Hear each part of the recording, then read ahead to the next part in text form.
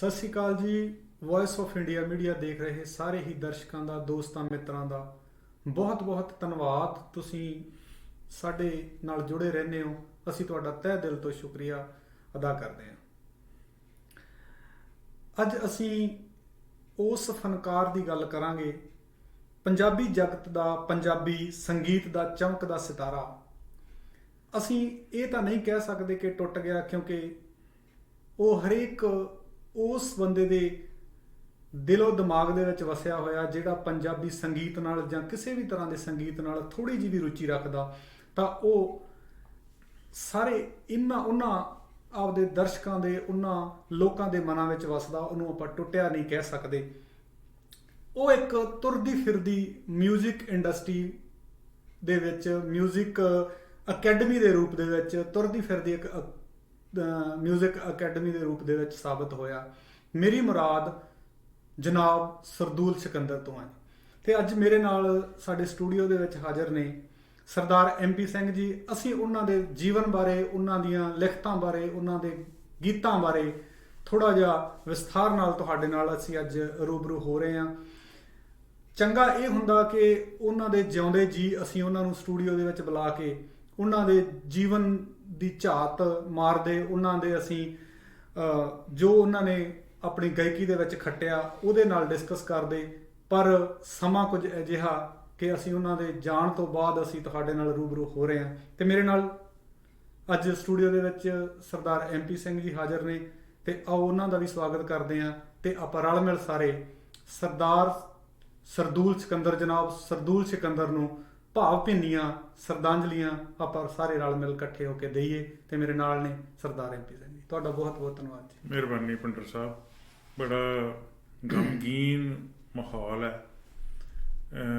ਪੂਰੇ ਪੰਜਾਬੀ ਜਗਤ ਵਿੱਚ ਸੋਗ ਦੀ ਰਹਿਲ ਫੈਲ ਗਈ ਜਦੋਂ ਇਹ ਪਤਾ ਲੱਗਾ ਕਿ ਸਰਦੂਲ ਸਿਕੰਦਰ ਪੰਜਾਬੀ ਗਾਇਕੀ ਦਾ ਬਹੁਤ ਵੱਡਾ ਨਾਂ ਜੀ, ਤੇ ਉਹ ਹੁਣ ਬਹੁਤ ਵੱਡਾ ਸਟਾਰ ਬਣ ਗਿਆ। ਬਿਲਕੁਲ ਜੀ, ਸਟਾਰ ਬਣ ਗਿਆ। ਮੈਂ ਸਿਰ ਸਟਾਰ ਦਾ ਮਤਲਬ ਤਾਰਾ ਬਣ ਗਿਆ। ਧਰੂ ਤਾਰਾ ਵੀ ਕਹਿੰਦੇ ਜੀ। ਬੱਚੇ ਜਦੋਂ ਜਿੱਦਾਂ ਦੀਆਂ ਤੋਤਲੀਆਂ ਆਵਾਜ਼ਾਂ ਦੇ ਵਿੱਚ ਗੱਲਾਂ ਕਰਦੇ ਆ, ਤੇ ਘਰ ਦੇ ਵਿੱਚ ਕਿਸੇ ਵੱਡੇ ਜੀ ਦਾ ਅਚਨਚੇਤੀ ਤੁਰ ਜਾਣਾ ਜਦੋਂ ਹੁੰਦਾ, ਤੇ ਉਹ ਆਪਦੇ ਪੇਰੈਂਟਸ ਕੋਲੋਂ ਪੁੱਛਦੇ ਆ ਕਿ ਕਿੱਥੇ ਗਏ ਹੋ ਜੀ। ਘਰ ਦਾ ਉਹ ਜੀ ਜਿਹੜਾ ਵੱਡਾ ਦਿਸਦਾ ਨਹੀਂ ਪਿਆ। ਬਿਲਕੁਲ। ਤੇ ਮਾਪੇ ਉਹਦਾ ਦਿਲ ਰੱਖਣ ਦੀ ਖਾਤਰ ਕਹਿੰਦੇ ਆ ਕਿ ਉਹ ਹੁਣ ਸਟਾਰ ਬਣ ਗਏ। ਬਿਲਕੁਲ ਜੀ, ਬਿਲਕੁਲ। ਠੀਕ ਹੈ ਜੀ। ਇੱਥੇ ਸਾਰੀਆਂ ਕਮਿਊਨਿਟੀਜ਼ ਦੇ ਬੱਚੇ ਜਿਹੜੇ ਆ ਉਹ ਸਮਝਦੇ ਆ ਕਿ ਜਿਹੜੇ ਅਸਮਾਨ ਦੇ ਵਿੱਚ ਤਾਰੇ ਆ, ਇਹ ਸਾਡੇ ਵੱਡੇ ਵਡੇਰੇ ਹੈਗੇ ਜੀ। ਪੰਜਾਬੀ ਗਾਇਕੀ ਦਾ ਇਹ ਵੱਡਾ ਵਡੇਰਾ ਹੋਰ ਵੀ ਬਹੁਤ ਆ, ਪਰ ਇਹ ਵੱਡਾ ਵਡੇਰਾ ਜਿਹਨੇ ਬਹੁਤ ਤੰਗੀਆਂ ਤੁਰਸ਼ੀਆਂ ਦੇ ਵਿੱਚ ਆਪਣੀ ਜ਼ਿੰਦਗੀ ਸ਼ੁਰੂ ਕੀਤੀ। ਬਿਲਕੁਲ ਜੀ। ਅੱਤ ਦੀ ਗਰੀਬੀ, ਬਿਲਕੁਲ ਜੀ, ਬਹੁਤ ਬੁਰਾ ਹਾਲ, ਤੇ ਉਹਦੇ ਵਿੱਚ ਪੈਰ ਧਰਾਈ ਜਦੋਂ ਪੰਜਾਬੀ ਗਾਇਕੀ ਦੇ ਵਿੱਚ ਕੀਤੀ, ਤਾਂ ਇੱਕ ਅਜਿਹਾ ਧਮਾਕਾ ਕੀਤਾ ਜਿਹਦੀ ਆਵਾਜ਼ ਦੂਰ ਦੂਰ ਤੱਕ ਸੁਣਾਈ ਦਿੱਤੀ। ਜਿਸ ਆਵਾਜ਼ ਨੂੰ ਸੁਣ ਕੇ ਹਰ ਇੱਕ ਨੇ ਇਹ ਮਹਿਸੂਸ ਕੀਤਾ ਕਿ ਇਹ ਇੱਕ ਬੁਲੰਦ ਆਵਾਜ਼ ਹੈ ਜਿਹੜੀ ਪੰਜਾਬੀ ਸਾਹਿਤ, ਪੰਜਾਬੀ ਸੱਭਿਆਚਾਰ, ਪੰਜਾਬੀ ਗਾਇਕੀ ਦੀ ਝੋਲੀ ਦੇ ਵਿੱਚ ਬੇਸ਼ੁਮਾਰ ਹੀਰੇ, ਮੋਤੀ, ਜਵਾਹਰਾਤ ਜਿਹੜੇ ਉਹ ਪਾਓ ਜੀ, ਔਰ ਉਹਨਾਂ ਨੇ ਪਾਏ ਵੀ ਜੀ।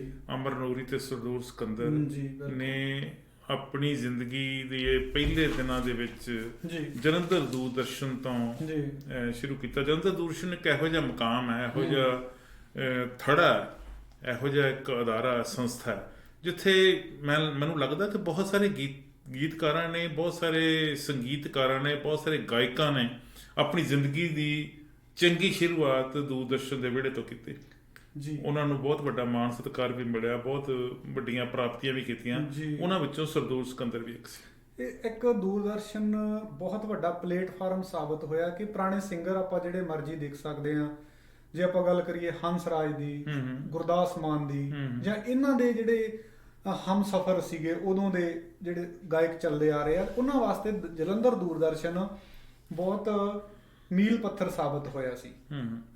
ਭਾਵੇਂ ਕਿ ਨਵੇਂ ਚੈਨਲਾਂ ਦੇ ਆਉਣ ਕਰਕੇ ਉਹਦਾ ਜਿਹੜਾ ਲੋਕਾਂ 'ਚ ਪਪੂਲੈਰਿਟੀ ਹੈਗੀ ਆ ਉਹ ਅੱਜ ਦੇ ਸਮੇਂ 'ਚ ਥੋੜੀ ਘੱਟ ਹੋਈ ਆ। ਪਹਿਲਾਂ ਹੁੰਦੀ ਜਲੰਧਰ ਦੂਰਦਰਸ਼ਨ ਸੀ, ਹੋਰ ਕੋਈ ਹੁੰਦਾ ਹੀ ਨਹੀਂ, ਕੋਈ ਹੁੰਦਾ ਨਹੀਂ ਸੀ। ਬਿਲਕੁਲ ਜੀ। ਅੰਮ੍ਰਿਤਸਰ ਜਲੰਧਰ ਹੁੰਦਾ ਸੀ। ਬਿਲਕੁਲ ਜੀ।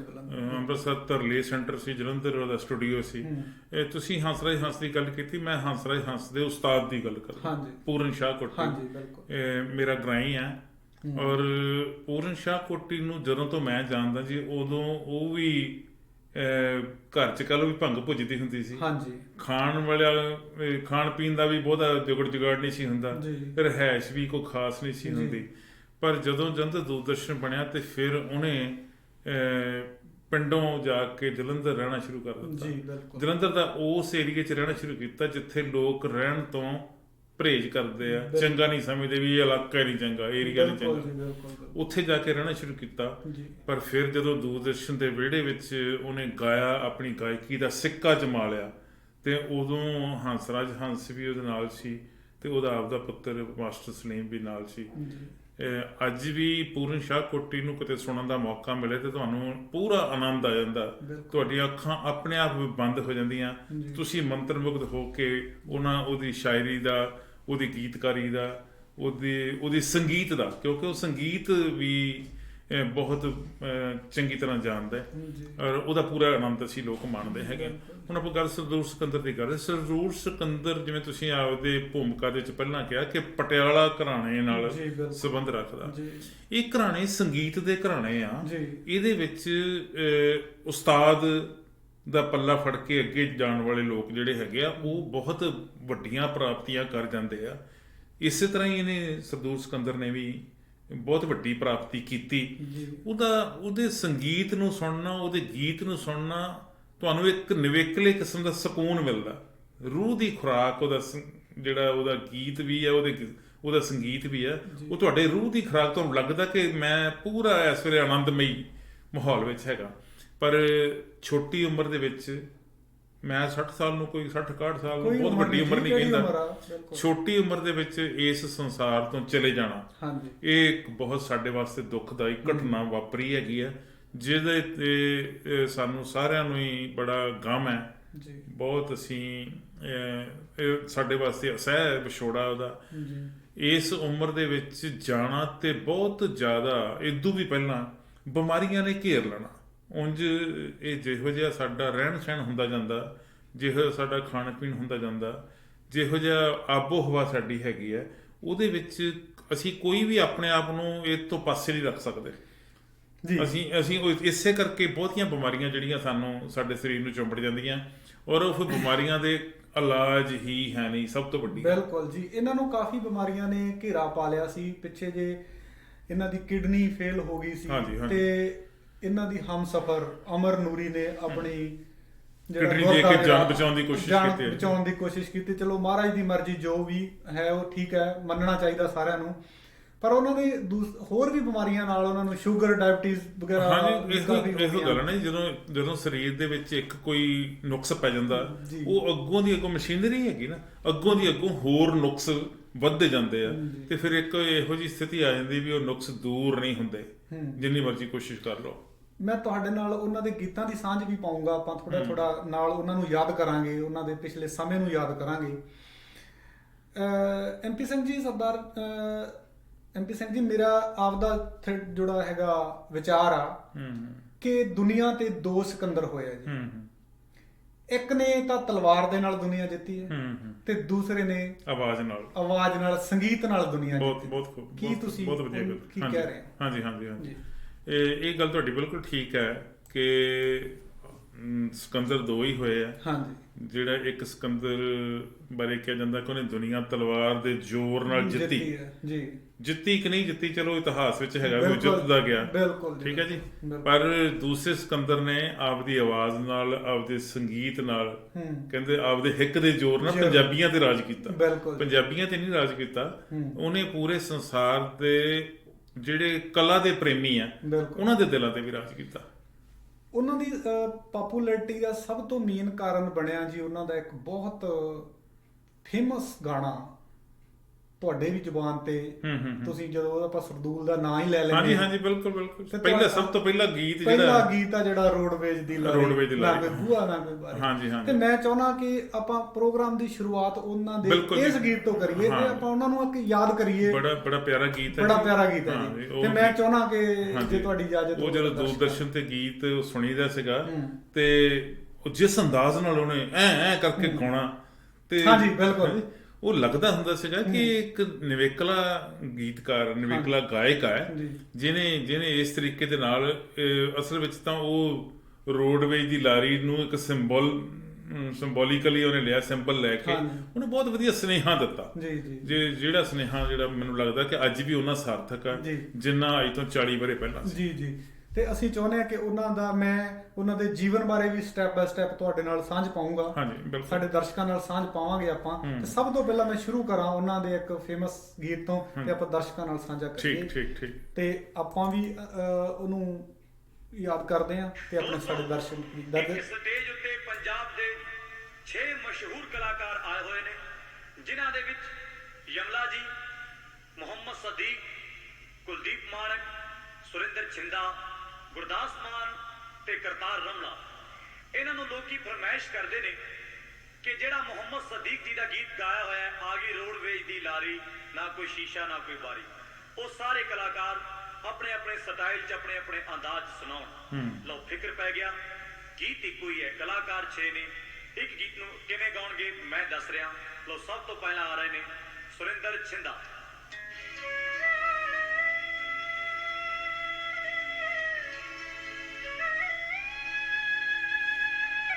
ਇੱਕ ਹੀ ਗੀਤਕਾਰ ਵੱਲੋਂ ਇੱਕ ਹੀ ਗਾਇਕ ਵੱਲੋਂ ਵੱਖਰੀਆਂ ਵੱਖਰੀਆਂ ਆਵਾਜ਼ਾਂ ਕੱਢਣੀਆਂ। ਬਿਲਕੁਲ ਜੀ। ਇਹਨਾਂ ਨੇ 6-7 ਆਪਾਂ ਥੋੜਾ ਸੁਣ ਲਈਏ, ਮੈਂ ਤੁਹਾਡੇ ਨਾਲ ਡਿਸਕਸ ਕਰਦਾ। ਰੋਡਵੇਜ ਦੀ ਲਾਰੀ ਉਹ ਆ ਗਈ, ਰੋਡਵੇਜ ਦੀ ਲਾਰੀ, ਨਾ ਕੋਈ ਸ਼ੀਸ਼ਾ ਨਾ ਕੋਈ ਬਾਰੀ, ਐਨੀ ਕਿਹੜੇ ਰੂਟ ਦੀ ਤਿਆਰੀ, ਕਿਹੜੇ ਰਸਤੇ ਪੈਣੀਆਂ, ਲੰਮੇ ਸਫ਼ਰ ਤੇ ਜਾਣਾ।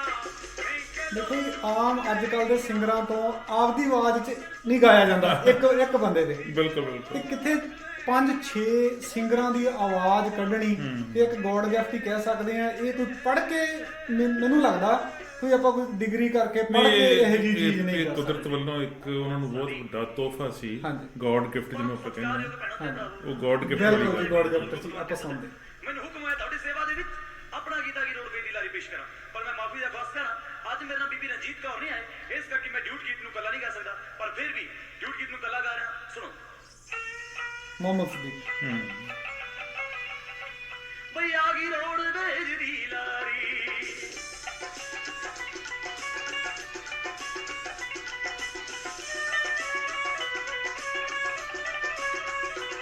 ਆ ਗਈ ਰੋਡਵੇਜ ਦੀ ਲਾਰੀ, ਉਹ ਨਾ ਕੋਈ ਸ਼ੀਸ਼ਾ ਨਾ ਕੋਈ ਬਾਰੀ, ਆ ਗਈ ਰੋਡਵੇਜ ਦੀ ਲਾਰੀ, ਉਹ ਨਾ ਕੋਈ ਸ਼ੀਸ਼ਾ ਨਾ ਕੋਈ ਬਾਰੀ, ਐਦੀ ਕਿਹੜੇ ਰੂਟ ਦੀ ਤਿਆਰੀ, ਉਹ ਕਿਹੜੇ ਰਸਤੇ ਪੈਣੀਆਂ, ਲੰਮੇ ਸਫ਼ਰ ਤੇ ਜਾਣਾ ਹੈ ਕਿ ਰੋਕ ਲੈਣੀਆਂ, ਲੰਮੇ ਸਫ਼ਰ ਤੇ ਜਾਣਾ ਹੈ ਕਿ ਰੋਕ ਲੈਣੀਆਂ, ਨਵੀਂ ਲੰਮੇ ਸਫ਼ਰ ਤੇ ਜਾਣਾ ਹੈ ਕਿ ਰੋਕ ਲੈਣੀਆਂ। ਮੈਨੂੰ ਨਹੀਂ ਲੱਗਦਾ ਕਿ ਮੁਹੰਮਦ ਸਦੀਕ ਨੇ ਕਿਹਾ ਹੋਊਗਾ ਕਿ ਮੇਰੀ ਆਵਾਜ਼ ਨਹੀਂ ਹੈ। ਬਿਲਕੁਲ ਜੀ ਬਿਲਕੁਲ। ਮੁਹੰਮਦ ਸਦੀਕ ਦੀ ਲੱਗ ਇਹ ਰਿਹਾ ਕਿ ਸਾਹਮਣੇ ਮੁਹੰਮਦ ਸਦੀਕ ਜੀ ਗਾ ਰਹੇ। ਹਾਂ ਬਿਲਕੁਲ। ਗੀਤ ਨਹੀਂ ਗਾਉਂਦਾ ਹੁੰਦਾ। ਆ ਸਾਹਮਣੇ ਬੈਠਾ ਮੇਰੀ ਭੂਆ ਦਾ ਪੁੱਤ ਕਹੀ ਜਾਂਦਾ ਰੋਡਵੇਜ ਦੀ ਲਾਰੀ ਗਾ। ਲੋ ਗਾ ਰਿਹਾ, ਧਿਆਨ ਦੇਣਾ।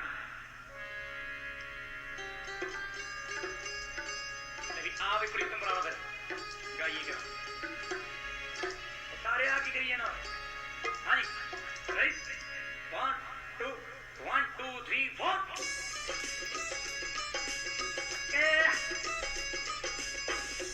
ਉਹ ਆ ਗਈ ਰੋਡਵੇਜ ਦੀ ਲਾਰੀ, ਨਾ ਕੋਈ ਸ਼ੀਸ਼ਾ ਨਾ ਕੋਈ ਬਾਰੀ, ਕੋਈ ਮਨ ਦੀ ਆ ਗਈ ਰੂਟ ਦੀ ਤਿਆਰੀ, ਕਿਹੜੇ ਰਸਤੇ ਪੈਣੀਆਂ, ਲੰਮੇ ਸਫ਼ਰ ਤੇ ਜਾਣਾ ਹੈ ਕਿ ਲੋਕ ਲੈਣੀਆਂ, ਲੰਮੇ ਸਫ਼ਰ ਤੇ ਜਾਣਾ ਹੈ ਕਿ ਲੋਕ ਲੈਣੀਆਂ। ਬਹੁਤ ਦੇਖੋ ਇਹ ਆਪਾਂ ਨੂੰ ਲੱਗ ਰਿਹਾ ਕਿ ਜਿੱਦਾਂ ਇੱਕ ਸਮੇਂ ਦਾ ਅੰਤ ਹੋ ਗਿਆ। ਯੁੱਗ ਦਾ ਅੰਤ ਹੋ ਗਿਆ ਇੱਕ ਦਾ ਗਾਇਕੀ ਦੇ ਖੇਤਰ ਦੇ ਵਿੱਚ। ਭਾਵੇਂ ਕਿ ਬਹੁਤ ਸਿੰਗਰਾਂ ਦੀ ਲਾਈਨ ਬਹੁਤ ਲੰਬੀ ਆ, ਆਪਾਂ ਇੱਕ ਪੰਜਾਬੀ ਦੀ ਕਹਾਵਤ ਆ ਕਿ ਇੱਟ ਚੱਕੋ ਤੇ ਥੱਲੇ ਸਿੰਗਰ ਆ ਤੇ ਉੱਪਰ ਵੀ ਬਹੁਤ ਬੈਠੇ ਅੱਜ ਕੱਲ੍ਹ, ਪਰ ਅਜਿਹਾ ਗਾਉਣ ਵਾਲੇ ਇੱਕ ਵਾਰ ਇਹਨਾਂ ਨੂੰ ਸਿੱਕੇਬੰਦ ਗਾਉਣ ਵਾਲੇ ਅੱਜ ਕੱਲ੍ਹ ਉਹਨਾਂ ਦੀ ਗਿਣਤੀ ਘੱਟ ਹੈ। ਇਹਨਾਂ ਨੂੰ ਪੁੱਛਿਆ ਗਿਆ ਕਿ ਤੁਸੀਂ ਅਲੋਪ ਹੋ ਜਾਂਦੇ ਹੋ ਵਿੱਚੋਂ, ਕਿੱਥੇ ਚਲੇ ਜਾਂਦੇ ਹੋ? ਟੁੱਬੀ ਮਾਰ ਜਾਂਦੇ ਹੋ, ਬਹੁਤ ਦੇਰ ਬਾਅਦ ਆਉਣੇ ਆ ਵਾਪਸ। ਇਹਨਾਂ ਦਾ ਕਹਿਣਾ ਸੀ ਕਿ ਹਨੇਰੀਆਂ ਦੋ ਤਰ੍ਹਾਂ ਦੀਆਂ ਹੁੰਦੀਆਂ ਜੀ, ਇੱਕ ਹਨੇਰੀ ਮਿੱਟੀ ਵਾਲੀ ਹੁੰਦੀ ਹੈ, ਇੱਕ ਹਨੇਰੀ ਹਵਾ ਚੱਲਦੀ ਹੈ ਜਿਹੜੀ ਉਹਨੂੰ ਕਹਿੰਦੇ। ਕਹਿੰਦੇ ਹਨੇਰੀ ਵਾਲੀ ਜਦੋਂ ਹਨੇਰੀ ਚੱਲਦੀ ਹੋਵੇ, ਮਿੱਟੀ ਵਾਲੀ ਹਨੇਰੀ ਚੱਲਦੀ ਹੋਵੇ ਤਾਂ ਤੁਹਾਨੂੰ ਅੱਖਾਂ ਟੱਡ ਕੇ ਨਹੀਂ ਖੜੇ ਹੋਣਾ ਚਾਹੀਦਾ, ਬਿਲਕੁਲ ਤੁਹਾਨੂੰ ਬੰਦ ਕਰ ਲੈਣੀਆਂ ਚਾਹੀਦੀਆਂ ਅੱਖਾਂ। ਜੇ ਤੁਸੀਂ ਖੋਲ ਕੇ ਖੜੇ ਰਹੋਗੇ ਤਾਂ ਤੁਹਾਨੂੰ ਮਿੱਟੀ ਅੱਖਾਂ 'ਚ ਭਰ ਜੂਗੀ। ਉਸ ਟਾਈਮ ਤੁਹਾਨੂੰ ਕੀ ਆ, ਅੱਖਾਂ ਬੰਦ ਕਰ ਲੈਣੀਆਂ ਚਾਹੀਦੀਆਂ, ਵੇਟ ਕਰ ਲੈਣੀ ਚਾਹੀਦੀ ਆ, ਕਿਉਂਕਿ ਹਨੇਰੀ ਥੋੜੇ ਸਮੇਂ ਦੀ ਹੁੰਦੀ ਹੈ। ਉਹਨਾਂ ਦਾ ਇਸ਼ਾਰਾ ਇਹ ਸੀ ਕਿ ਅੱਜ ਕੱਲ੍ਹ ਦੀ ਜੋ ਗਾਇਕੀ ਚੱਲ ਰਹੀ ਆ, ਇਹ ਹਨੇਰੀ ਮਿੱਟੀ ਵਾਲੀ ਹਨੇਰੀ ਆ ਜਿਹੜੀ ਅੱਖਾਂ ਨੂੰ ਤੁਹਾਡੀਆਂ ਨੂੰ ਕੰਨਾਂ ਨੂੰ, ਨਾਲੇ ਇਹ ਥੋੜੀ ਚਿਰੀ ਹੁੰਦੀ, ਇਹਦੀ ਉਮਰ ਬਹੁਤੀ ਵੱਡੀ ਨਹੀਂ ਹੁੰਦੀ। ਬਿਲਕੁਲ ਜੀ, ਹਨੇਰੀ ਆਈ ਆ, ਉਹਨੇ ਆਪਦਾ ਜਲੌਬ ਖਾਇਆ ਤੇ ਲੰਘ ਗਈ। ਬਿਲਕੁਲ ਜੀ, ਪਰ ਉਹ ਲੋਕੀ ਫਿਰ ਅੱਖਾਂ ਹੀ ਮਲਦੇ ਰਹਿ ਜਾਂਦੇ। ਬਿਲਕੁਲ, ਜਿਹੜੀ ਰੁਮਕਦੀ ਹਵਾ ਹੁੰਦੀ ਹੈ, ਭਾਵੇਂ ਤੇਜ਼ ਹਵਾ ਹੋਵੇ, ਲੋਕੀ ਉਹਦੇ ਵਿੱਚ ਉਹਨੂੰ ਇੰਜੋਏ ਕਰਦੇ, ਉਹਨੂੰ ਚੰਗਾ ਸਮਝਦੇ ਵੀ ਅੱਜ ਹਵਾ ਠੰਡੀ ਚੱਲ ਰਹੀ ਹੈ ਜੀ।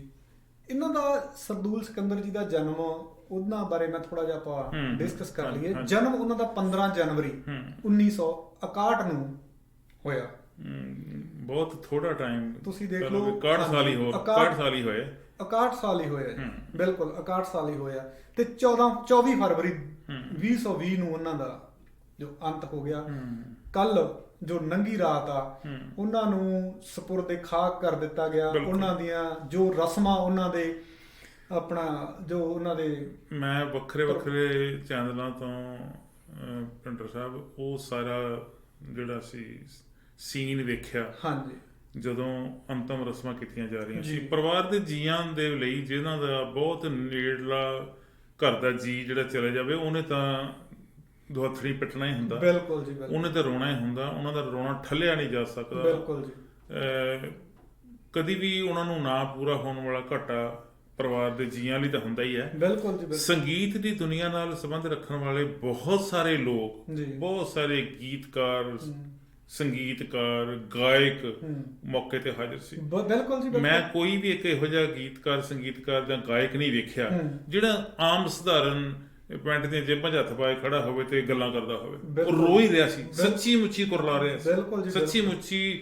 ਹੌਕੇ ਲੈ ਰਿਹਾ ਸੀ, ਖੁੱਬੀ ਰੋ ਰਿਹਾ ਸੀਗਾ। ਕੋਈ ਸ਼ੱਕ ਨਹੀਂ। ਇਹ ਜਿਹੜੀ ਗੱਲ ਹੈ, ਇਹ ਮਾਣ, ਇਹ ਸਤਿਕਾਰ, ਇਹ ਇੱਜ਼ਤ ਜਿਹੜੀ ਆ, ਇਹ ਹਰ ਕਿਸੇ ਦੇ ਨਹੀਂ ਹੈਗੀ ਹਿੱਸੇ ਆਉਂਦੀ। ਸਰਦੂਲ ਸਿਕੰਦਰ ਦੇ ਹਿੱਸੇ ਆਈ। ਬਿਲਕੁਲ। ਇਹਦੇ ਨਾਲ ਉਹਨਾਂ ਦਾ ਜਨਮ ਖੇੜੀ ਨੌਦ ਸਿੰਘ, ਫਤਿਹਗੜ੍ਹ ਸਾਹਿਬ ਜ਼ਿਲ੍ਹੇ ਦੇ ਵਿੱਚ ਪੈਂਦਾ ਛੋਟਾ ਜਿਹਾ ਪਿੰਡ ਆ। ਖੰਨੇ ਰਹਿੰਦੇ ਸੀਗੇ, ਬਿਲਕੁਲ ਖੰਨੇ ਰਹਿੰਦੇ ਸੀ। ਪਰ ਪਿਛੋਕੜਾ ਜਿਹੜਾ ਉਹਨਾਂ ਦਾ ਖੇੜੀ ਨੌਦ ਸਿੰਘ, ਉੱਥੇ ਉਹਨਾਂ ਨੇ ਬਹੁਤ ਸਮਾਂ ਉੱਥੇ ਗੁਜ਼ਾਰਿਆ। ਤੇ ਉਹਨਾਂ ਦੇ ਜਿਹੜੇ ਪਿਤਾ ਸੀਗੇ, ਮਤਲਬ ਸਰਦਾਰ ਬਹਾਦਰ ਸਰਦਾਰ, ਕੀ ਨਾਂ ਸੀਗਾ ਉਹਨਾਂ ਦਾ, ਸਾਗਰ ਮਸਤਾਨਾ ਜੀ। ਸਾਗਰ ਮਸਤਾਨਾ ਜੀ ਇੱਕ ਬਹੁਤ ਪ੍ਰਸਿੱਧ ਤਬਲਾ ਵਾਦਕ ਹੋਇਆ ਕਰਦੇ ਸੀ ਉਹ। ਤੇ ਉਹ ਬਹੁਤ ਵੱਡੇ ਨਾਮੀ ਕਲਾਕਾਰਾਂ ਦੇ ਨਾਲ ਉਹਨਾਂ ਨੇ ਤਬਲਾ ਪਲੇ ਕੀਤਾ। ਬਹੁਤ ਵਧੀਆ ਘਰਾਣੇ ਦੇ ਵਿੱਚੋਂ, ਕਿਉਂਕਿ ਇਹਨਾਂ ਨੂੰ ਗੁੜਤੀ ਜਿਹੜੀ ਆ ਉਹ ਘਰੋਂ ਹੀ ਮਿਲੀ। ਬਿਲਕੁਲ ਜੀ, ਉਹ ਤਾਂ ਹੀ ਤਾਂ ਘਰਾਣੇ ਦੀ ਗੱਲ ਕਰਦੇ। ਬਿਲਕੁਲ ਜੀ। ਇਹਨਾਂ ਦੇ ਭਾਈ ਸਾਹਿਬ ਇਹਨਾਂ ਦੇ, ਉਹ ਵੀ ਹਾਰਮੋਨੀਅਮ ਦੇ ਬਹੁਤ, ਬਿਲਕੁਲ ਜੀ। ਜਿਹੜੇ ਇਹਨਾਂ ਦੇ ਦੋ ਭਰਾ ਸੀਗੇ, ਗਮਦੂਰ ਅਮਨ ਤੇ ਭਰਪੂਰ ਅਲੀ। ਭਰਪੂਰ ਅਲੀ ਜੀ, ਉਹ ਵੀ ਹਾਰਮੋਨੀਅਮ ਦੇ ਕਿਉਂਕਿ ਇਹਨਾਂ ਦੇ ਘਰ ਦੇ ਵਿੱਚ ਜਿਹੜਾ ਵੀ ਬੱਚਾ ਜਨਮਦਾ, ਉਹ ਜਨਮ ਤੋਂ ਹੀ ਜਿਹੜੇ ਸੁਰਾਂ ਜਿਹੜੀਆਂ ਆ ਗਈਆਂ ਉਹਨਾਂ ਨੂੰ ਸਮਝਣ ਲੱਗ ਜਾਂਦਾ, ਗੁੜਤੀ ਉਹ ਸੁਰਾਂ ਦੀ ਦਿੱਤੀ ਜਾਂਦੀ ਆ, ਉਹਨਾਂ ਨੂੰ ਸਮਝਣ ਲੱਗ ਜਾਂਦਾ। ਬਿਲਕੁਲ। ਸੋ ਇਹਨਾਂ ਨੂੰ ਪਰਿਵਾਰ ਦੇ ਵਿੱਚੋਂ ਹੀ ਸਾਰਾ ਕੁਝ ਮਿਲਿਆ। ਤੇ ਉਸ ਤੋਂ ਬਾਅਦ ਇਹਨਾਂ ਨੇ ਇੱਕ ਫਿਲਮ ਵੀ ਕੀਤੀ ਹੈ ਜੀ, ਜੱਗਾ ਡਾਕੂ।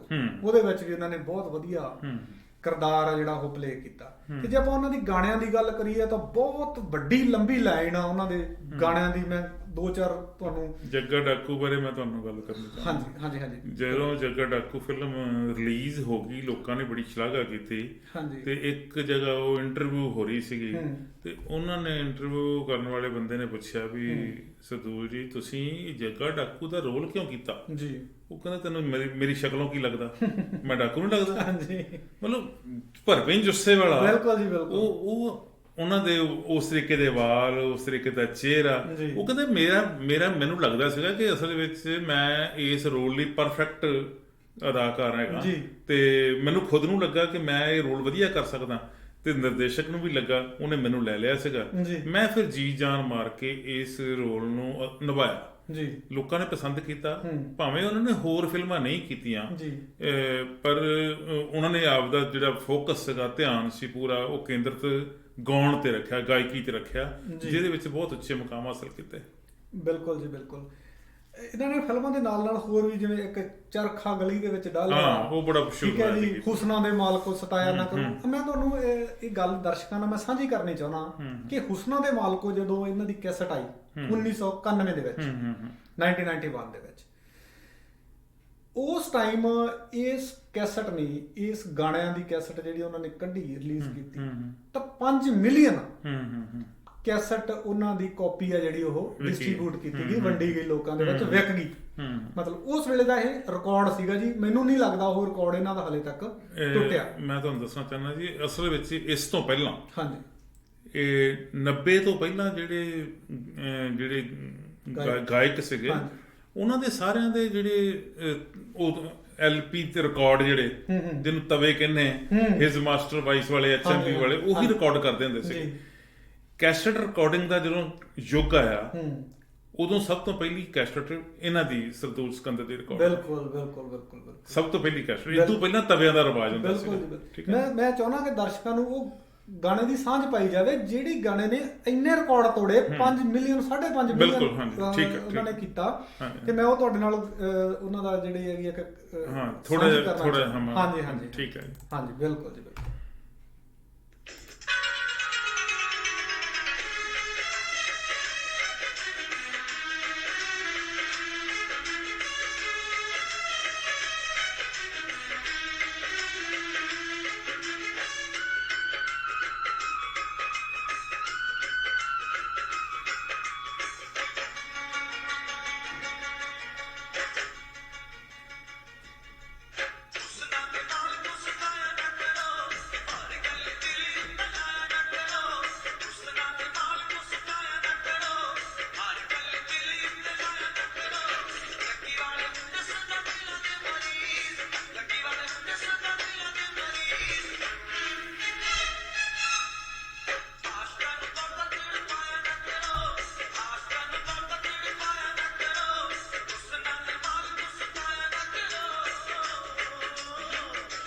ਦੇਖੋ ਇਹ ਬਹੁਤ ਵਧੀਆ, ਇਹ ਜਿਹੜੇ ਆਪਾਂ ਹਾਂਜੀ ਪਹਿਲਾਂ 뮤직 ਚੱਲਦਾ ਜਦੋਂ, ਤੇ ਜੇਲ੍ਹ ਚ ਉਸੇ ਵੇਲੇ ਪਤਾ ਲੱਗ ਗਿਆ ਕਿ ਚਿਹਰਾ, ਅਸਲ ਚ ਚਿਹਰਾ ਆ ਜਾਂਦਾ, ਸਰਦੂਲ ਸਿਕੰਦਰ ਦਾ ਚਿਹਰਾ ਆ ਜਾਂਦਾ, ਫਿਰ ਤੁਹਾਨੂੰ ਪਤਾ ਲੱਗ ਜਾਂਦਾ ਕਿ ਹੁਣ ਗੀਤ ਜਿਹੜਾ ਇਹਦੀ ਸੁਰ ਕੀ ਹੋਣੀ ਹੈ। ਬਿਲਕੁਲ ਜੀ। ਇਹਨਾਂ ਨੇ ਇਹ ਨਹੀਂ ਮਤਲਬ ਨੱਚਣ ਟੱਪਣ ਵਾਲੇ, ਪਿਆਰ ਮੁਹੱਬਤ ਵਾਲੇ, ਸੱਭਿਆਚਾਰਕ ਗੀਤ, ਭੈਣਾਂ ਭਰਾਵਾਂ ਵਾਲੇ। ਅਸਲ ਦੇਖੋ, ਸਭ ਤੋਂ ਵੱਡੀ ਜਿਹੜੀ ਗੱਲ ਸੀ ਨਾ ਜੀ, ਉਹ ਇਹ ਗੀਤ ਗਾਏ ਉਹਨੇ ਸਾਰੇ ਹੀ ਜੀ ਦੂਰਦਰਸ਼ਨ ਤੋਂ ਸ਼ੁਰੂ ਹੋਈ ਨਾ ਗੱਲ। ਜੀ ਜੀ ਜੀ। ਦੂਰਦਰਸ਼ਨ ਨੇ ਇੱਕ ਉਹਦਾ ਮਿਆਰ ਵੀ ਰੱਖਿਆ। ਜੀ ਜੀ। ਉਹਨੇ ਉਹ ਸਾਰੇ ਗੀਤਕਾਰਾਂ ਨੂੰ ਹੀ ਮੌਕਾ ਦਿੱਤਾ, ਸੰਗੀਤਕਾਰਾਂ ਨੂੰ ਮੌਕਾ ਦਿੱਤਾ, ਗਾਇਕਾਂ ਨੂੰ ਮੌਕਾ ਦਿੱਤਾ, ਜਿਹੜੇ ਸਾਫ਼ ਸੁਥਰੀ ਗਾਇਕੀ ਦੇ ਲੰਬੜਦਾਰ ਸੀ, ਜਿਨ੍ਹਾਂ ਦੇ ਗੀਤ ਸੁਣ ਕੇ ਲੋਕੀ ਦੂਰਦਰਸ਼ਨ ਨੂੰ ਚਿੱਠੀਆਂ ਲਿਖਦੇ ਹੁੰਦੇ ਸੀ। ਬਿਲਕੁਲ ਜੀ ਬਿਲਕੁਲ। ਸਿਫਾਰਿਸ਼ਾਂ ਕਰ ਦਿੰਦੇ ਸੀ ਕਿ ਇਸ ਸਿੰਗਰ ਨੂੰ ਦੁਬਾਰਾ ਲਿਆਂਦਾ ਜਾਵੇ, ਇਸ ਸਿੰਗਰ ਨਾਲ ਮੁਲਾਕਾਤ ਕਰਾਈ ਜਾਵੇ, ਇਹਦੇ ਸਾਨੂੰ ਗਾਣੇ ਸੁਣਾਏ ਜਾਣ। ਪ੍ਰੋਗਰਾਮ ਵੀ ਇਸ ਤਰੀਕੇ ਦੇ ਹੁੰਦੇ ਸੀ, ਘੰਟੇ ਘੰਟੇ ਭਰਦੇ ਪ੍ਰੋਗਰਾਮ, ਜਿਹਦੇ ਵਿੱਚ ਉਹਨਾਂ ਗਾਇਕਾਂ ਨੂੰ ਮੌਕਾ ਮਿਲਦਾ ਹੁੰਦਾ ਸੀ ਆਪਦੀ ਗਾਇਕੀ ਬਾਰੇ ਦੱਸਣ ਲਈ ਵੀ। ਸੋ ਉੱਥੇ ਮਿਆਰੀ ਗੀਤਾਂ ਨੂੰ ਪਹਿਲ ਦਿੱਤੀ ਜਾਂਦੀ ਸੀ, ਤੇ ਜਿੰਨੇ ਵੀ ਉਸ ਦੌਰ ਦੇ ਗਾਇਕ ਹੋਏ ਆ, ਉਹ ਸਾਰਿਆਂ ਨੇ ਬਹੁਤ ਸੋਹਣਾ ਗਾਇਆ। ਸਰਦੂਲ ਸਿਕੰਦਰ ਵੀ ਉਹਨਾਂ ਵਿੱਚ ਇੱਕ ਸੀ। ਬਿਲਕੁਲ ਜੀ ਬਿਲਕੁਲ। ਗੱਲ ਤਾਂ ਇਹਨਾਂ ਦੀ ਜਦੋਂ ਆਪਾਂ ਸ਼ੁਰੂ ਕਰ ਲੈਂਦੇ ਹਾਂ ਤਾਂ ਇਹਨਾਂ ਦੇ ਬਹੁਤ ਸਾਰੇ ਆਪਣੇ ਗਾਣੇ ਜੇਨ ਚ ਆ ਜਾਂਦੇ ਆ। ਇੱਕ ਚਰਖਾ ਗਲੀ ਦੇ ਵਿੱਚ ਡਾਲਿਆ, ਠੀਕ ਹੈ ਜੀ। ਤੁਸੀਂ ਇਹ ਗੀਤ ਵੀ ਦੂਰਦਰਸ਼ਨ ਤੇ ਬਹੁਤ ਵਾਰੀ ਅੱਜ ਵੀ ਕਿਤੇ ਉਹ ਆ ਜਾਵੇ ਨਾ ਜੀ, ਕਿਤੇ ਪੁਰਾਣੇ ਪ੍ਰੋਗਰਾਮ ਹਾਂਜੀ ਦੂਰਦਰਸ਼ਨ ਦਾ ਜੀ ਕਰੇ ਵੀ ਸੁਣਾਉਣੇ ਆ, ਉਹਦੇ ਵਿੱਚ ਇਹ ਗੀਤ ਲਾਉਂਦੇ ਆ। ਖਤ ਟੁਕੜੇ ਟੁਕੜੇ ਕਰ ਦੇਣੇ, ਮੈਂ ਫੂਕ ਦੇਣਾ ਤਸਵੀਰਾਂ, ਕਿੰਨੇ ਉਹ ਮਨਾਂ ਨੂੰ ਮੋਹਨ ਵਾਲੇ ਮਤਲਬ ਗਾਣੇ ਹੁੰਦੇ ਸੀਗੇ ਨਾ ਸੁਣਨ ਨੂੰ। ਚਲੋ ਠੀਕ ਹੈ, ਗਾਣੇ ਤਾਂ ਆਪਾਂ ਸੁਣਦੇ ਹੀ ਰਵਾਂਗੇ, ਪਰ ਜਿਹੜਾ ਉਹਦਾ ਤੁਰ ਜਾਣਾ ਉਹ ਕਦੇ ਵੀ ਪੂਰਾ ਨਹੀਂ ਹੋਣਾ। ਇਹਨਾਂ ਨੇ ਸੱਭਿਆਚਾਰਕ ਗੀਤ ਵੀ ਬਹੁਤ ਗਾਏ, ਮਤਲਬ ਭੈਣਾਂ ਭਰਾਵਾਂ ਵਾਲੇ। ਮੈਂ ਚਾਹੁੰਦਾ ਕਿ ਇਹਨਾਂ ਨੇ ਇੱਕ ਗੀਤ ਬਹੁਤ ਵਧੀਆ ਗਾਇਆ ਸੀਗਾ। ਉਹਦਾ ਸੀਗਾ ਪਿੱਛੋਂ ਦੇਖ ਦੇਖ ਰੋਈ ਮੇਰੇ ਗੁੱਡੀਆਂ ਪਟੋਲੇ। ਪਿਓ ਨੂੰ ਆਪਦੇ ਨੂੰ ਇੱਕ ਧੀ ਆ ਜਿਹੜੀ ਉਹ ਕਹਿ ਰਹੀ ਹੈ। ਜਦੋਂ ਸਰਦਾਰ MP ਸਿੰਘ ਜੀ, ਜਦੋਂ ਆਪਾਂ ਧੀ ਨੂੰ ਤੋਰਨ ਲੱਗਦੇ ਆ ਤੇ ਉਹਦੇ ਸੱਸ ਸਹੁਰੇ ਨੂੰ ਕਹਿ ਦਿੰਦੇ ਆ ਕਿ ਹੁਣ ਇਹ ਤੁਹਾਡੀ ਧੀ ਆ ਤੇ ਖਿਆਲ ਰੱਖਿਓ। ਬੜੇ ਮਨ ਨੂੰ ਭਾਵੁਕ ਕਰਨ ਵਾਲੀਆਂ ਗੱਲਾਂ ਵੀ ਉਹਨਾਂ ਨੇ ਗਾਈਆਂ, ਕਿ ਉਹਨਾਂ ਨੇ ਗਾਇਆ ਕਿ ਤੁਸੀਂ ਖਿਆਲ ਰੱਖਿਓ ਮੇਰੀ ਧੀ ਦਾ, ਅਸੀਂ ਹੁਣ ਤੁਹਾਨੂੰ ਇਹ ਸੌਂਪ ਚੱਲੇ ਆ। ਤੇ ਉਹਨਾਂ ਦੇ ਨਾਲ ਜੁੜਿਆ ਹੋਇਆ ਇੱਕ ਗੀਤ ਮੈਂ ਤੁਹਾਡੇ ਨਾਲ ਸਾਂਝਾ ਕਰਨਾ ਚਾਹੁੰਦਾ, ਤੇ ਮੈਂ ਚਾਹੁੰਦਾ ਕਿ ਇਹੋ ਜਿਹੇ ਗਾਣੇ ਵੀ ਤੁਸੀਂ ਇਹ ਗੱਲ ਸੁਣਾ ਕੇ ਮੈਨੂੰ ਭਾਵੁਕ ਕਰ ਦਿੱਤਾ। ਹਾਂਜੀ, ਧੀਆਂ ਦਾ ਇੱਕ ਕਹਿ ਲਓ ਵੀ ਸਾਡੇ ਸਮਾਜ ਵਿੱਚ ਕਿਹੋ ਜਿਹਾ ਸਥਾਨ ਹੈ। ਬਿਲਕੁਲ। ਜਦੋਂ ਬੇਟੀ ਘਰ ਵਿੱਚ ਹੁੰਦੀ ਆ ਤੇ ਜਦੋਂ ਵੱਡੀ ਹੁੰਦੀ, ਜਵਾਨ ਹੁੰਦੀ ਆ, ਮਾਪੇ ਸੋਚਣ ਲੱਗ ਪੈਂਦੇ ਆ ਕਿ ਇਹ ਪਰਾਇਆ ਧਨ, ਇਹ ਦੂਜੇ ਘਰ ਵਾਸਤੇ ਵੱਡੀ ਹੋ ਰਹੀ ਹੈ। ਬਿਲਕੁਲ, ਠੀਕ ਹੈ ਜੀ। ਜਦੋਂ ਉਹ ਪਰਾਇਆ ਧਨ ਸਮਝ ਕੇ ਉਹਨੂੰ ਮਾਪੇ ਉਹਦੇ ਸਹੁਰੇ ਘਰ ਨੂੰ ਤੋਰ ਦਿੰਦੇ ਆ, ਫਿਰ ਸਹੁਰੇ ਕਹਿੰਦੇ ਆ ਕਿ ਇਹ ਤਾਂ ਪਰਾਈ ਧੀ ਆ। ਯਾਨੀ ਉਹਦਾ ਆਪਦਾ ਘਰ ਕਿਹੜਾ ਵਾ, ਉਹਦੇ ਮਾਪੇ ਆਪਦੇ ਕਿਹੜੇ ਆ। ਉਂਝ ਅਸਲੀਅਤ ਇਹ ਆ ਕਿ ਉਹਦੇ ਦੋ ਮਾਪੇ, ਇੱਕ ਮਾਂ ਬਾਪ ਜਿਨ੍ਹਾਂ ਨੇ ਜਨਮ ਦਿੱਤਾ, ਇੱਕ ਸੱਸ ਸਹੁਰਾ ਜਿਨ੍ਹਾਂ ਨੇ ਉਹਨੂੰ ਇੱਜ਼ਤ ਮਾਣ ਦਿੱਤੀ ਉਸ ਤਰੀਕੇ ਦੀ। ਪਰ ਕਈ ਵਾਰੀ ਇੱਜ਼ਤ ਮਾਣ ਨਹੀਂ ਮਿਲਦੀ ਤੇ ਫਿਰ ਬੜੀ ਤਕਲੀਫ ਹੁੰਦੀ ਆ, ਮਾਪਿਆਂ ਨੂੰ ਵੀ ਹੁੰਦੀ ਆ, ਉਸ ਬੱਚੀ ਨੂੰ ਵੀ ਹੁੰਦੀ ਹੈ। ਇਹ ਸਾਡੇ ਸਮਾਜ ਦਾ ਜਿਹੜਾ ਇਹ ਅਖਲਾਕ ਹੈ, ਇਹਦੇ ਤੇ ਕਈ ਵਾਰੀ ਸਵਾਲੀਆ ਚਿੰਨ੍ਹ ਵੀ ਲੱਗਦੇ ਆ ਕਿ ਇਦਾਂ ਕਿਉਂ ਹੁੰਦੀ, ਲੜਕੀ ਦੇ ਨਾਲ ਇਸ ਤਰ੍ਹਾਂ ਕਿਉਂ ਹੁੰਦੀ। ਇਸੇ ਗੱਲ ਨੂੰ ਹੀ ਧਿਆਨ 'ਚ ਰੱਖ ਕੇ ਬਹੁਤ ਸਾਰੇ ਲੇਖਕਾਂ ਨੇ ਕਹਾਣੀਆਂ ਲਿਖੀਆਂ, ਨਾਵਲ ਲਿਖੇ, ਕਵਿਤਾਵਾਂ ਲਿਖੇ, ਗੀਤ ਲਿਖੇ, ਔਰ ਉਹਨਾਂ ਗੀਤਾਂ ਨੂੰ ਮੁੜ ਕੇ ਖੂਬਸੂਰਤ ਆਵਾਜ਼ਾਂ ਵੀ ਦਿੱਤੀਆਂ। ਇਹ ਸਰਦੂਲ ਸਿਕੰਦਰ ਦਾ ਗੀਤ ਜਿਹੜਾ ਵਾਕਿਆ ਬੜਾ ਭਾਵੁਕ ਕਰਨ ਵਾਲਾ ਹੈ। ਬਹੁਤ ਭਾਵੁਕ ਹੋਏ ਜੀ। ਇਸ ਗਾਣੇ ਦੇ ਵਿੱਚ ਇੱਕ ਪਾਤਰ ਲੜਕੀ ਆ ਜਿਹੜੀ ਉਹ ਆਪਣੇ ਪਿਓ ਨੂੰ ਦੱਸ ਰਹੀ ਆ ਕਿ ਮੇਰੇ ਗੁੱਡੀਆਂ ਪਟੋਲਿਆਂ ਨੂੰ ਵੇਖ ਵੇਖ ਹੁਣ ਤੂੰ ਰੋਂਦਾ ਰਹੀਂ ਤੇ ਮੈਂ ਚੱਲੀ। ਜੇ ਤੁਹਾਡੀ ਆਗਿਆ ਹੋਵੇ ਤਾਂ ਮੈਂ ਦਰਸ਼ਕਾਂ ਨਾਲ ਸਾਂਝਾ ਕਰਾਂ। ਜ਼ਰੂਰ।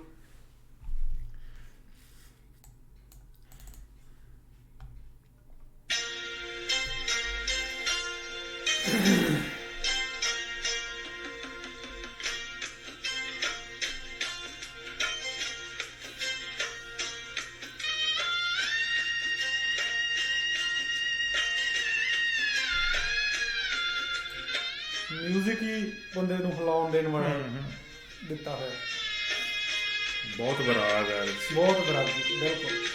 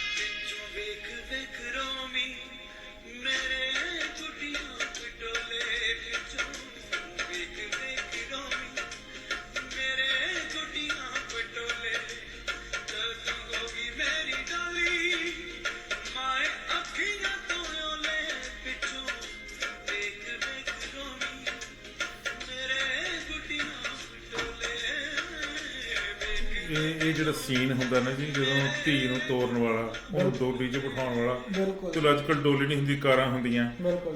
ਭਾਵੇਂ ਸਾਰਾ ਦਿਨ ਦੇ ਸਗਨ ਵਿਹਾਰ ਜਿਹੜੇ ਆ ਉਹ ਬੜੇ ਵਧੀਆ ਤਰੀਕੇ ਨਾਲ ਹੁੰਦੇ ਆ। ਸਵੇਰ ਨੂੰ ਬਰਾਤ ਆਉਂਦੀ, ਉਹਦਾ ਸਵਾਗਤ ਕੀਤਾ ਜਾਂਦਾ, ਫਿਰ ਆਨੰਦ ਕਾਰਜ ਜਲਾਵਾਂ ਹੁੰਦੀਆਂ, ਉਸ ਤੋਂ ਬਾਅਦ ਰੋਟੀ ਪਾਣੀ ਹੁੰਦਾ, ਫਿਰ ਉਹ ਬਰਾਤੀ ਨੱਚਦੇ ਟੱਪਦੇ ਵੀ। ਅੱਜ ਕੱਲ੍ਹ ਤਾਂ ਦੋਨੋਂ ਸਾਈਡਾਂ ਵਾਲੇ ਲੋਕ ਇਸ ਗੱਲ ਦਾ ਜਸ਼ਨ ਮਨਾਉਂਦੇ, ਖੁਸ਼ੀਆਂ ਕਰਦੇ। ਪਰ ਜਦੋਂ ਡੋਲੀ ਤੋਰਨ ਵਾਲਾ ਸੀਨ ਆਉਂਦਾ ਨਾ, ਉਹ ਬੜਾ ਦਰਦਨਾਕ ਹੁੰਦਾ।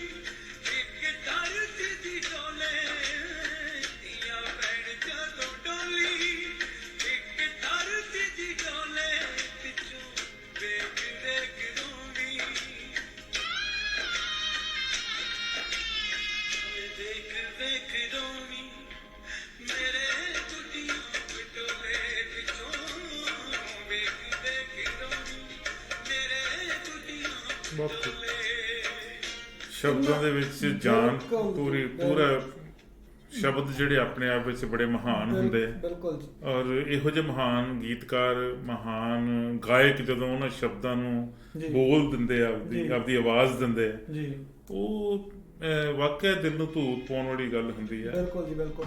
ਇਹਨਾਂ ਦੀ ਜ਼ਿੰਦਗੀ ਦੇ ਵਿੱਚ ਇਹਨਾਂ ਦੀ ਵਾਈਫ ਦਾ ਵੀ ਬਹੁਤ ਵੱਡਾ ਰੋਲ ਰਿਹਾ, ਅਮਰ ਨੂਰੀ ਦਾ। ਬਿਲਕੁਲ। ਉਹਦੇ ਬਾਰੇ ਸਾਡੇ ਦਰਸ਼ਕਾਂ ਨਾਲ ਆਪਾਂ ਸਾਂਝ ਪਾਈਏ ਕਿ ਦੇਖੋ, ਹਰੇਕ ਬੰਦੇ ਦੀ ਜ਼ਿੰਦਗੀ ਦੇ ਵਿੱਚ ਇੱਕ ਔਰਤ ਦਾ ਹੋਣਾ ਲਾਜ਼ਮੀ ਹੁੰਦਾ ਕਿ ਮੰਨ ਲਓ ਉਹਦੀ ਕਾਮਯਾਬੀ ਆ, ਉਹਦੇ ਵਿੱਚ ਵੀ ਉਹਦਾ ਬਹੁਤ ਸਹਿਯੋਗ ਹੁੰਦਾ। ਇਹਨਾਂ ਨੇ ਵੀ ਆਪਣੀ ਇੰਟਰਵਿਊ ਦੇ ਵਿੱਚ ਬਹੁਤ ਵਾਰੀ ਇਹ ਦੱਸਿਆ ਕਿ ਜੇਕਰ ਅਮਰ ਨੂਰੀ ਨਾ ਹੁੰਦੀ ਤਾਂ ਹੋ ਸਕਦਾ ਮੇਰੀ ਲਾਈਫ ਵੀ ਹੋਰ ਹੁੰਦੀ। ਤੇ ਅੱਜ ਦੀ ਡੇਟ ਦੇ ਵਿੱਚ ਦੇਖਿਆ ਜਾਵੇ ਤਾਂ ਪਹਿਲਾਂ ਉਹ ਨੂਰੀ ਸੀ, ਅੱਜ ਉਹ ਵੀ ਅਮਰ ਹੋ ਗਈ। ਅਮਰ ਹੋਣ ਦਾ ਮੇਰਾ ਤੌਖਲਾ ਇਹ, ਮੇਰਾ ਕਹਿਣ ਦਾ ਮਤਲਬ ਇਹ ਆ ਕਿ ਉਹਨੇ ਆਪਦੀ ਕਿਡਨੀ ਜਾਨ ਕੱਢ ਕੇ ਦਿੱਤੀ। ਜਦੋਂ ਇਸ ਦੌਰ ਚੱਲ ਰਿਹਾ ਸੀਗਾ ਕਿ ਜਦੋਂ ਇਹ ਬਿਮਾਰ ਪੈ ਗਿਆ ਬਹੁਤ ਜ਼ਿਆਦਾ ਜਨਾਬ ਸਰਦੂਲ ਸਿਕੰਦਰ ਜੀ, ਤਾਂ ਉਸ ਵੇਲੇ ਘਰ ਦੇ ਵਿੱਚ ਗਮਗੀਨ ਮਾਹੌਲ ਪੈਦਾ ਹੋ ਗਿਆ ਵੀ ਹੁਣ ਕਿਡਨੀ ਖਰਾਬ ਹੋ ਗਈ ਤੇ ਹੁਣ ਤਾਂ ਇਹ ਬਸ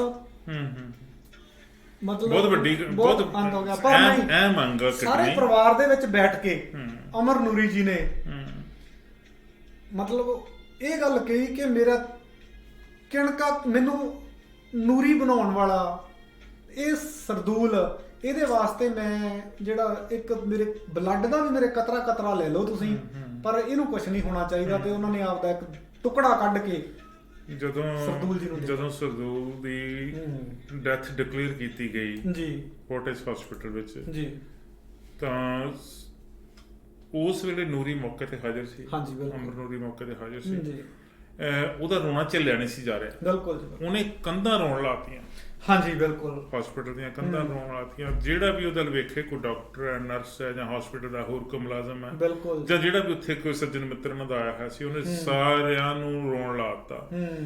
ਚਲੋ, ਇੱਕ ਵੈਸੇ ਹਸਬੈਂਡ ਵਾਈਫ ਦੇ ਵਿੱਚ ਇਸ ਤਰੀਕੇ ਦਾ ਹੁੰਦਾ ਪਿਆਰ ਹੋਣਾ ਚਾਹੀਦਾ ਵੀ ਹੈ। ਬਿਲਕੁਲ ਜੀ। ਪਰਿਵਾਰ ਦੇ ਸਾਰੇ ਜੀਆਂ ਦਾ ਆਪਸ ਵਿੱਚ ਹੋਣਾ ਚਾਹੀਦਾ। ਬਿਲਕੁਲ। ਜਿਹੜਾ ਇਹਨਾਂ ਦਾ ਆਪਸ ਵਿੱਚ ਤੇਹ ਪਿਆਰ ਸੀ, ਜਿਹੜਾ ਇਹਨਾਂ ਦੀ ਆਪਦੀ ਜ਼ਿੰਦਗੀ ਸੀ, ਉਹ ਲੋਕਾਂ ਲਈ ਬਹੁਤ ਵੱਡੀ ਮਿਸਾਲ ਸੀ। ਬਿਲਕੁਲ ਜੀ, ਬਿਲਕੁਲ। ਪਰਿਵਾਰਕ ਤੌਰ ਤੇ ਦੋਨੋਂ ਹੀ ਇਸ ਤਰੀਕੇ ਦੇ ਸੀਗੇ ਕਿ ਲੱਗਦਾ ਹੀ ਨਹੀਂ ਸੀ ਕਦੀ ਵੀ ਇਸ ਮੁਕਾਮ ਤੇ ਪਹੁੰਚਣਗੇ। ਬਿਲਕੁਲ ਜੀ। ਪਰ ਦੋਨਾਂ ਨੇ ਇੱਕ ਦੂਜੇ ਦਾ ਸਾਥ ਇਹਨਾਂ ਦਿੱਤਾ ਕਿ ਉਹ ਪੰਜਾਬੀ ਗਾਇਕੀ ਦੇ ਬਹੁਤ ਵੱਡੇ ਉੱਚੇ ਸਥਾਨ ਤੇ ਪਹੁੰਚੇ ਜੀ। ਇਹ ਗੱਲ ਬਿਲਕੁਲ ਠੀਕ ਹੈ। ਸਰਦੂਲ ਨੇ ਕਿਹਾ ਕਿ ਨੂਰੀ ਤੋਂ ਬਿਨਾਂ ਮੈਂ ਕੁਛ ਨਹੀਂ, ਤੇ ਨੂਰੀ ਨੇ ਕਿਹਾ ਕਿ ਜੀ ਮੈਂ ਨੂਰੀ ਹੁੰਦੀ ਪਰ ਅਮਰ ਨੂਰੀ ਨਾ ਹੁੰਦੀ। ਹਾਂਜੀ, ਠੀਕ ਹੈ ਜੀ। ਤੇ ਇਹ ਜਦੋਂ ਬਿਮਾਰ ਸਰਦੂਲ ਹੋ ਗਿਆ ਤੇ ਉਦੋਂ ਡਾਕਟਰਾਂ ਨੇ ਤਾਂ ਕਹਿ ਦਿੱਤਾ ਕਿ ਕਿਡਨੀ ਤੁਹਾਡੀ ਫੇਲ ਹੋ ਚੁੱਕੀ ਹੈ, ਇਹਦਾ ਅਸਰ ਦੂਜੀ ਕਿਡਨੀ ਤੇ ਵੀ ਪੈਣਾ ਵਾ, ਫਿਰ ਤੁਹਾਡੀ ਜ਼ਿੰਦਗੀ ਦੇ ਦਿਨ ਹੋਰ ਘਟ ਜਾਣੇ ਆ ਜੇ ਕੋਈ ਤੁਹਾਨੂੰ ਕਿਡਨੀ ਦਾਨ ਕਰ ਦੇਵੇ। ਹਾਂਜੀ, ਠੀਕ ਹੈ ਜੀ। ਤੇ ਤੁਹਾਡੀ ਜ਼ਿੰਦਗੀ ਦੇ ਕੁਝ ਸਾਲ ਹੋਰ ਨਾਲ ਜੁੜ ਸਕਦੇ। ਤੇ ਨੂਰੀ ਨੇ ਬਹੁਤ ਵੱਡੀ ਕੁਰਬਾਨੀ ਦਿੱਤੀ। ਉਹਨੇ ਕਿਹਾ ਕਿ ਕਿਡਨੀ ਤਾਂ ਕੀ, ਭਾਵੇਂ ਸਾਰਾ ਸਰੀਰ ਮੇਰਾ। ਬਿਲਕੁਲ ਜੀ, ਬਿਲਕੁਲ। ਠੀਕ ਹੈ ਜੀ। ਔਰ ਉਹ ਕਿਡਨੀ ਦਿੱਤੀ, ਪਰ ਅੱਜ ਉਹਨੂੰ ਓਨਾ ਹੀ ਗਮ ਫਿਰ ਘੇਰ ਕੇ ਬਹਿ ਗਿਆ ਕਿ ਮੈਂ ਇੰਨੀ ਕੋਸ਼ਿਸ਼ ਕੀਤੀ ਪਰ ਮੇਰੇ ਹੱਥੋਂ ਹੱਥ ਛਡਵਾ ਕੇ ਚਲਾ ਗਿਆ ਸਰਦੂਲ ਸਿਕੰਦਰ। ਇਹ ਉਹਦੇ ਵਾਸਤੇ ਬੜੀ ਅਸਹਿ ਘਟਨਾ ਜਿਹਦੀ ਭਰਪਾਈ ਨਹੀਂ ਕੀਤੀ ਜਾ ਸਕਦੀ, ਜਿਹਦਾ ਮੁੱਲ ਨਹੀਂ ਮੋੜਿਆ ਜਾ ਸਕਦਾ। ਜਿਸ ਤਰੀਕੇ ਨਾਲ ਉਹਨੇ ਇੱਕ ਦੂਜੇ ਨਾਲ ਸਾਂਝ ਬਣਾਈ ਰੱਖੀ, ਇਹ ਸਾਡੇ ਸਮਾਜ ਵਾਸਤੇ ਇੱਕ ਰਾਹ ਦਸੇਰਾ ਵੀ ਹੈ, ਸਮਾਜ ਵਾਸਤੇ ਬਹੁਤ ਵਧੀਆ ਮਿਸਾਲ ਵੀ ਹੈ। ਬਿਲਕੁਲ।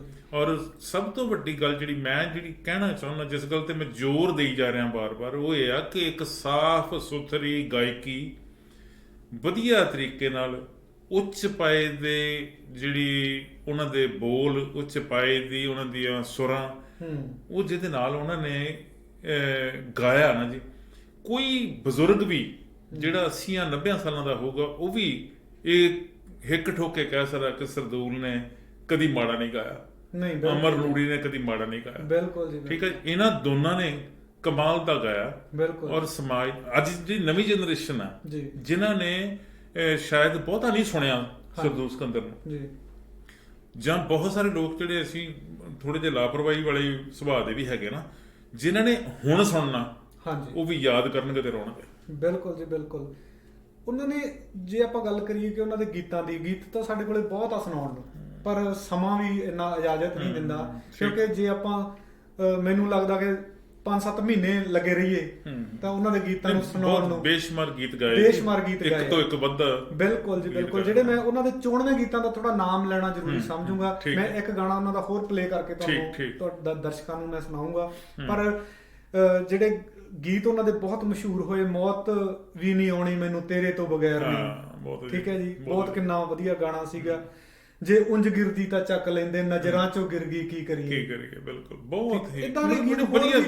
ਬਿਲਕੁਲ, ਤੇਰਾ ਲਿਖ ਦੂੰ ਸਪੈਦਿਆਂ ਤੇ ਨਾ, ਬਿੱਲੋ ਨੀ ਜੀਡੀ ਰੋਡ ਦੇ ਉੱਤੇ। ਬਿਲਕੁਲ, ਇਹ ਲੱਗਦਾ ਸੀਗਾ ਜੀ ਮੈਨੂੰ ਜਿੱਦਾਂ ਨਵੀਂ ਪੋਚ ਦੇ ਜਿਹੜੇ ਮੁੰਡੇ ਕੁੜੀਆਂ, ਉਹ ਇੱਕ ਦੂਜੇ ਨਾਲ ਤੇ ਇਹ ਪਿਆਰ ਕਰਦੇ ਹੋਣਾ ਚਾਹੀਦਾ, ਪਰ ਜਿਸ ਤਰੀਕੇ ਨਾਲ ਇਹ ਗੀਤ ਨੂੰ ਲੇਖਕ ਨੇ ਲਿਖਿਆ ਤੇ ਜਿਸ ਤਰੀਕੇ ਨਾਲ ਉਹਨੇ ਸਰਦੂਲ ਨੇ ਪੇਸ਼ ਕੀਤਾ, ਹਾਂਜੀ ਬਿਲਕੁਲ। ਸਭ ਇੱਕ ਮੈਂ ਗੱਲ ਹੋਰ ਬੜੀ ਕਹਿਣੀ ਚਾਹੁੰਦਾ, ਬੜੀ ਮਹੱਤਵਪੂਰਨ ਗੱਲ ਹੈ, ਉਹ ਇਹ ਹੈ ਕਿ ਸਰਦੂਲ ਦੇ ਗਾਏ ਗੀਤਾਂ ਦੀ ਜਿਹੜੀ ਫਿਲਮਾਂਕਨ ਸੀ, ਉਹਦੀ ਜਿਹੜੀ ਵੀਡੀਓਗ੍ਰਾਫੀ, ਉਹਦੇ ਚ ਵੀ ਸਰਦੂਲ ਨੇ ਖੁਦ ਬਿਲਕੁਲ, ਇਹ ਨਹੀਂ ਕਿ ਗਾਉਣ ਵਾਲਾ ਸਰਦੂਲ ਤੇ ਵੀਡੀਓਗ੍ਰਾਫੀ ਚ ਕੋਈ ਹੋਰ ਆਰਟਿਸਟ ਨਹੀਂ, ਉਹ ਆਪ ਖੁਦ ਆਰਟਿਸਟ, ਇੱਕ ਬਹੁਤ ਵਧੀਆ ਆਰਟਿਸਟ ਹੋਇਆ। ਨੂਰੀ ਬਹੁਤ ਵਧੀਆ ਆਰਟਿਸਟ ਹੋਇਆ। ਇਹ ਦੋਨਾਂ ਨੇ ਹੀ ਬਹੁਤ ਕਮਾਲ ਜਿਹੜੇ ਇਹ ਸਾਰੀ ਪੇਸ਼ਕਾਰੀ ਕੀਤੀ ਹੈਗੀ। ਔਰ ਜਦੋਂ ਤੁਸੀਂ ਆ ਸਫੈਦਿਆਂ ਵਾਲੀ ਗੱਲ ਕਰਦੇ, ਇਹ ਜਦੋਂ ਉਹ ਗੀਤ ਵੀਡੀਓਗ੍ਰਾਫੀ ਵਿੱਚ ਗਾਉਂਦਾ ਹੈ, ਗਾਇਆ ਤਾਂ ਪਹਿਲਾਂ ਹੁੰਦਾ, ਵੀਡੀਓਗ੍ਰਾਫੀ ਕੀਤੀ ਜਾਂਦੀ ਹੈ, ਤੇ ਉਦੋਂ ਲੱਗਦਾ ਕਿ ਮਤਲਬ ਜਿੱਦਾਂ ਇਹਦੇ ਅੰਦਰੋਂ ਆਵਾਜ਼ ਆ ਰਹੀ ਹੈ। ਇਹ ਸਾਰੇ ਗਾਣੇ ਜੇ ਅੱਜ ਵੀ ਆਪਾਂ ਸੁਣੀਏ ਤਾਂ ਲੱਗਦਾ ਕਿ ਕੱਲ ਹੀ ਬਣਿਆ ਗਾਣਾ, ਇਹ ਨਵੇਂ ਤਰੋ ਤਾਜ਼ਾ। ਤੁਸੀਂ ਇੱਕ ਗਾਣਾ ਸੁਣਦੇ ਹੁੰਦੇ, ਫੁੱਲਾਂ ਦੀ ਇਹ ਕੱਚੀ ਇਹ ਵਪਾਰ ਨੇ, ਕੰਡਿਆਂ ਦੇ ਬਾਅਦ ਸਾਨੂੰ ਤੋਲਣਾ। ਦੇਖੋ ਅੱਜ ਵੀ ਜੇ ਉਹ ਗਾਣੇ ਆਪਾਂ ਸੁਣੀਏ ਤਾਂ ਇਹ ਨਹੀਂ ਲੱਗੂਗਾ ਕਿ ਇਹ ਬਹੁਤ ਪੁਰਾਣੇ ਆ, ਜਦੋਂ ਸੁਣਾਂਗੇ ਉਦੋਂ ਹੀ ਨਵਾਂ। ਬਿਲਕੁਲ ਤਰੋ ਤਾਜ਼ਾ ਹੈਗੀ ਜੀ ਗਾਣੇ, ਔਰ ਜਦੋਂ ਵੀ ਤੁਸੀਂ ਸੁਣੋਗੇ ਵਾਕਿਆ ਤੁਹਾਨੂੰ ਲੱਗੇਗਾ ਕਿ ਇਹ ਗਾਣਾ ਬਹੁਤ, ਇਹ ਸਿਫਤ ਹੈ ਜੀ, ਸਰਦੂਲ ਸਿਕੰਦਰ ਦੇ ਗੀਤਾਂ ਦੀ ਸਿਫਤ ਹੈ ਕਿ ਇਹ ਪੁਰਾਣੇ ਨਹੀਂ ਹੋਣੇ ਜੀ, ਬਿਲਕੁਲ ਇਹ ਪੁਰਾਣੇ ਨਹੀਂ ਹੋਣੇ। ਔਰ ਜਦੋਂ ਤੁਸੀਂ ਇਹਨੂੰ ਸੁਣੋਗੇ ਤੁਹਾਨੂੰ ਲੱਗੂਗਾ ਕਿ ਸਰਦੂਲ ਸਿਕੰਦਰ ਜਿਹੜਾ ਉਹ ਅੱਜ ਗਾ ਰਿਹਾ, ਅੱਜ ਦੇ ਮਾਹੌਲ ਨਾਲ। ਕੋਈ ਪੁਰਾਣੇ ਇਦਾਂ ਦੀ ਗੱਲ ਨਹੀਂ ਹੈ ਕੋਈ ਯੁੱਗ ਬੀਤ ਗਿਆ, ਮਤਲਬ ਤੁਹਾਨੂੰ ਲੱਗੂਗਾ ਕਿ ਤਾਜ਼ੀ ਗੱਲ ਹੁਣ ਹੋ ਰਹੀ ਹੈ। ਇਸ ਤਰੀਕੇ ਨਾਲ ਜਿਹੜੀ ਪੇਸ਼ਕਾਰੀ ਕਰਨੀ ਉਹਦੇ ਹਿੱਸੇ ਆਈ ਆ, ਉਹਨੂੰ ਮਾਣ ਜਾਂਦਾ। ਆਪਣੇ ਪਿੱਛੇ ਉਹ ਪਤਨੀ ਤੇ 2 ਬੱਚੇ ਛੱਡ ਕੇ ਚਲੇ ਗਏ ਜੀ, ਕੱਲਿਆਂ ਨੂੰ ਛੱਡ ਗਏ ਵਿਚਾਰਿਆਂ ਨੂੰ। ਸਾਰਿੰਗ ਸਿਕੰਦਰ ਅਤੇ ਅਲਾਪ ਸਿਕੰਦਰ 2 ਇਹਨਾਂ ਦੇ ਬੱਚੇ ਨੇ। ਉਹ ਵੀ ਚਲੋ ਸੰਗੀਤ ਦੇ ਨਾਲ ਜੁੜੇ, ਘਰਾਣਾ ਹੀ ਉਹੋ ਜਿਹਾ, ਸੰਗੀਤ ਦੀ ਪੜ੍ਹਾਈ ਵੀ ਕਰ ਰਹੇ ਆ, ਤੇ ਆਉਣ ਵਾਲਾ ਸਮਾਂ ਦੱਸੂਗਾ ਕਿ ਕਿਸ ਮੁਕਾਮ ਤੇ ਪਹੁੰਚਦੇ ਆ। ਅਸੀਂ ਵੀ ਦੁਆ ਕਰਦੇ ਆ ਕਿ ਆਪਣੇ ਮਾਂ-ਪਿਓ ਦੇ ਕਰ ਕਮਲਾਂ ਤੇ ਚੱਲਦੇ ਹੋਏ ਉਹਨਾਂ ਦੋਨਾਂ ਪੁੱਤਰਾਂ ਨੂੰ ਸਰਦੂਲ ਸਿਕੰਦਰ ਨੇ ਬਹੁਤ ਚੰਗੀ ਸਿੱਖਿਆ ਦਿੱਤੀ ਹੈ। ਬਿਲਕੁਲ, ਭਾਵੇਂ ਮੈਨੂੰ ਸ਼ੱਕ ਹੈ ਕਿ ਅਮਰ ਨੂਰੀ ਨੇ ਹੁਣ ਗਾਉਣਾ ਛੱਡ ਦੇਣਾ ਜੀ, ਮੈਨੂੰ ਲੱਗਦਾ ਇਦਾਂ ਸੁਭਾਵਕ ਹੈ, ਪਰ ਇਹ ਮੈਂ ਜ਼ਰੂਰ ਉਮੀਦ ਰੱਖੂੰਗਾ ਕਿ ਆਪਣੇ ਦੋਨਾਂ ਪੁੱਤਰਾਂ ਨੂੰ ਉਸ ਤਰੀਕੇ ਦੀ ਗਾਇਕੀ, ਉਸ ਬੁਲੰਦੀ ਵਾਲੀ ਪੋਜੀਸ਼ਨ ਤੇ ਲਿਜਾਣ ਦੇ ਲਈ ਉਹਨੂੰ ਹੋਰ ਮਿਹਨਤ ਕਰਨੀ ਪੈਣੀ। ਬਿਲਕੁਲ ਜੀ। ਇੱਕ ਸਾਡੇ ਸਾਰਿਆਂ ਵੱਲੋਂ ਅਸੀਂ ਸ਼ਰਧਾਂਜਲੀ ਉਹਨਾਂ ਨੂੰ ਇਹ ਭੇਂਟ ਕਰਦੇ ਹਾਂ। ਅਸੀਂ ਉਹਨਾਂ ਦੀਆਂ ਨਗਮਾਂ ਵੀ ਜਿਹੜੀਆਂ ਹੈਗੀਆਂ ਸੁਣਾਈਆਂ, ਤੁਹਾਡੇ ਸਾਰਿਆਂ ਨਾਲ ਸਾਂਝੀਆਂ ਕੀਤੀਆਂ, ਤੇ ਰੱਬ ਕਰੇ ਉਹਨਾਂ ਦੀ ਆਤਮਾ ਨੂੰ ਸ਼ਾਂਤੀ ਬਖਸ਼ੇ ਮਹਾਰਾਜ। ਤੇ ਲਾਸਟ ਵਿੱਚ ਜਾਂਦੇ ਜਾਂਦੇ ਮੈਂ ਇੱਕ ਸਾਰਿਆਂ ਵੱਲੋਂ ਉਹਨਾਂ ਦਾ ਇੱਕ ਸੌਂਗ ਸੀਗਾ ਬਹੁਤ ਪਿਆਰਾ, ਅਸੀਂ ਕੱਲਿਆਂ ਬੈਠ ਕੇ ਰੋਣਾ ਨਹੀਂ ਜਿੰਦੇ ਤੈਨੂੰ ਯਾਦ ਕਰ। ਬਹੁਤ ਵਧੀਆ। ਹੁਣ ਇਹ ਸਾਰਿਆਂ ਦੀ ਪੋਜੀਸ਼ਨ ਬੜੇ ਮਾਣੇ ਰੱਖਦੇ ਆ, ਇਹ ਸ਼ਬਦ, ਇਹ ਬੋਲ, ਸਾਰਿਆਂ ਦੀ ਪੋਜੀਸ਼ਨ ਆਪਣੀ ਇਹ ਬਣੀ ਪਈ ਆ ਕਿ ਸਾਰੇ ਹੀ ਇਹ ਸੋਚਦੇ ਆ ਕਿ ਅਸੀਂ ਕੱਲਿਆਂ ਬੈਠ ਕੇ ਰੋਣਾ ਨਹੀਂ ਜਿੰਦੇ ਤੈਨੂੰ ਯਾਦ ਕਰਕੇ। ਮੈਨੂੰ ਤੁਸੀਂ ਇੱਕ ਗੱਲ, ਇੱਕ ਹੋਰ ਸ਼ਾਇਰ ਚੇਤੇ ਕਰਾਤਾ, ਸੁਰਜੀਤ ਬਿੰਦਰਖੀਆ। ਹਾਂਜੀ ਬਿਲਕੁਲ, ਆਪਦੀ ਮੌਤ ਤੋਂ ਥੋੜੇ ਦਿਨ ਪਹਿਲਾਂ ਗਾਉਂਦਾ। ਹਾਂਜੀ, ਔਰ ਉਹ ਲੱਗਦਾ ਸੀਗਾ ਕਿ ਜਿੱਦਾਂ ਉਹਨੂੰ ਪਤਾ ਹੁੰਦਾ ਸੀ ਮਰ ਜਾਣਾ। ਬਿਲਕੁਲ ਜੀ, ਬਿਲਕੁਲ ਇਸ ਤਰੀਕੇ ਨਾਲ। ਇਹ ਜਿਹੜੇ ਲੋਕ ਨਾ, ਇਹ ਕਲਾਕਾਰ ਲੋਕ ਆ, ਬੜੇ ਸੈਂਸਿਟਿਵ ਹੁੰਦੇ ਆ। ਇਹ ਕਹਿੰਦੇ ਕਿ ਜਿਹੜੀ ਇਹਨਾਂ ਦੇ ਅੰਦਰੋਂ ਆਵਾਜ਼ ਆਉਂਦੀ ਨਾ, ਉਹ ਰੱਬ ਦੀ ਆਵਾਜ਼ ਆ। ਇਹਨਾਂ ਦੀ ਤਾਰ ਸਿੱਧੀ ਧੁਰ ਦਰਗਾਹ ਦੇ ਨਾਲ ਜੁੜੀ ਹੁੰਦੀ, ਬਲਕਿ ਇਸ ਤਰ੍ਹਾਂ ਲੱਗਦਾ। ਔਰ ਜਿਹੜਾ ਇਹਨੇ ਇਹ ਗੀਤ ਤੁਸੀਂ ਸੁਣਾਉਣ ਲੱਗੇ ਆ, ਵਾਕਈ ਬਹੁਤ ਪਿਆਰਾ ਗਾਣਾ ਜੀ, ਪਿਆਰਾ ਗੀਤ ਹੈ, ਔਰ ਸੱਚੀ ਸ਼ਰਧਾਂਜਲੀ ਸਾਡੇ ਵੱਲੋਂ, ਸਾਡੇ ਦਰਸ਼ਕਾਂ ਵੱਲੋਂ, ਸਾਰਿਆਂ ਵੱਲੋਂ ਇਹੀ ਹੋਵੇਗੀ ਕਿ ਅਸੀਂ, ਜੇ ਤੁਸੀਂ ਹਾਂਜੀ ਇਹਨੂੰ ਪੂਰਾ ਸੁਣਾ ਦਾਂਗੇ। ਹਾਂਜੀ ਬਿਲਕੁਲ।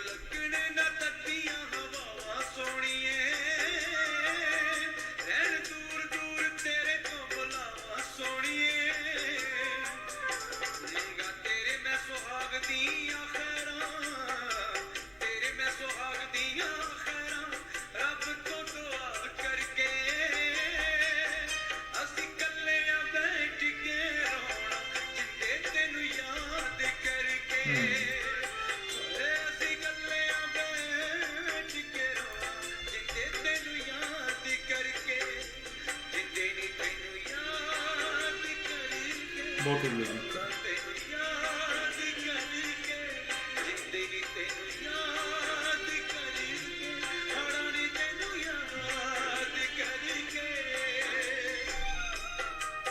ਸਮਾਂ ਬੰਨ੍ਹ ਦਿੰਦੇ ਆ ਇਹੋ ਜਿਹੇ ਗੀਤ। ਇਹਨਾਂ ਦੇ ਪਰਿਵਾਰ ਵੀ ਇਹੀ ਗੱਲਾਂ ਸੋਚ ਰਿਹਾ ਹੋਊਗਾ, ਅਸੀਂ ਵੀ ਇਹੀ ਮਨ 'ਚ ਸਾਡੇ ਆ ਰਿਹਾ ਕਿ ਹੁਣ ਤਾਂ ਸਾਰੀ ਉਮਰ ਇਹਨਾਂ ਨੂੰ ਅਸੀਂ ਬੈਠ ਕੇ ਰੋ ਹੀ ਸਕਦੇ ਹਾਂ, ਯਾਦ ਹੀ ਕਰ ਸਕਦੇ ਹਾਂ। ਇਸ ਤੋਂ ਇਲਾਵਾ ਕੁਝ ਨਹੀਂ ਕਰ ਸਕਦੇ। ਯਾਦ ਕਰਨਾ ਚਾਹੀਦਾ ਵੀ ਹੈ, ਇਹੋ ਜਿਹੀ ਸ਼ਖਸੀਅਤ ਨੂੰ ਯਾਦ ਕਰਨਾ ਚਾਹੀਦਾ।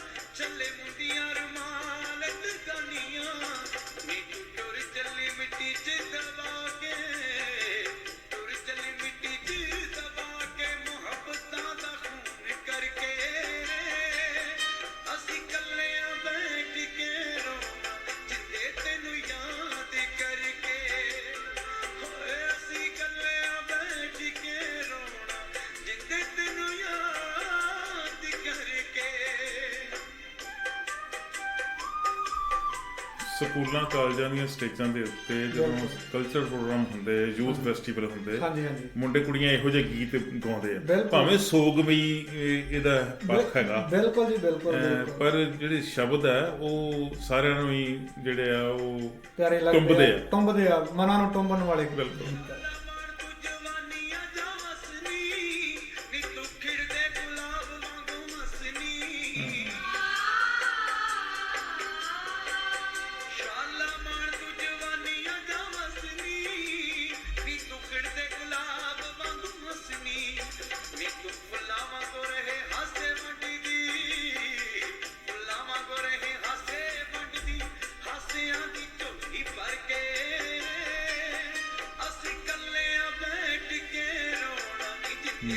ਤੁਹਾਨੂੰ ਲੱਗ ਰਹੀ ਕਿ ਲੋਕਾਂ ਦੇ ਹਾਸੇ ਵੰਡਦੇ ਆ, ਆਪ ਉਸ ਹਾਸਿਆਂ ਤੋਂ ਵਾਂਝੇ ਰਹਿ ਜਾਂਦੇ ਆ। ਇਹ ਗੀਤ ਦੇ ਚਲਦਿਆਂ ਹੀ ਮੈਂ ਸਰੂਪ ਸਿਕੰਦਰ ਦੀ ਜਿਹੜੀ ਜਨਮ ਭਾਂ ਆ ਖੇੜੀ ਨੌਲ ਸਿੰਘ, ਜਿੱਥੇ ਉਹਨੇ ਛੋਟੇ ਛੋਟੇ ਕਦਮਾਂ ਦੇ ਨਾਲ ਚੱਲਣਾ ਸ਼ੁਰੂ ਕੀਤਾ ਸੀ, ਜਿੱਥੋਂ ਦੀਆਂ ਗਲੀਆਂ ਦੇ ਵਿੱਚ ਉਹਦੇ ਪੈਰਾਂ ਦੀ ਛੋਹ ਅੱਜ ਵੀ ਹੈਗੀ ਆ।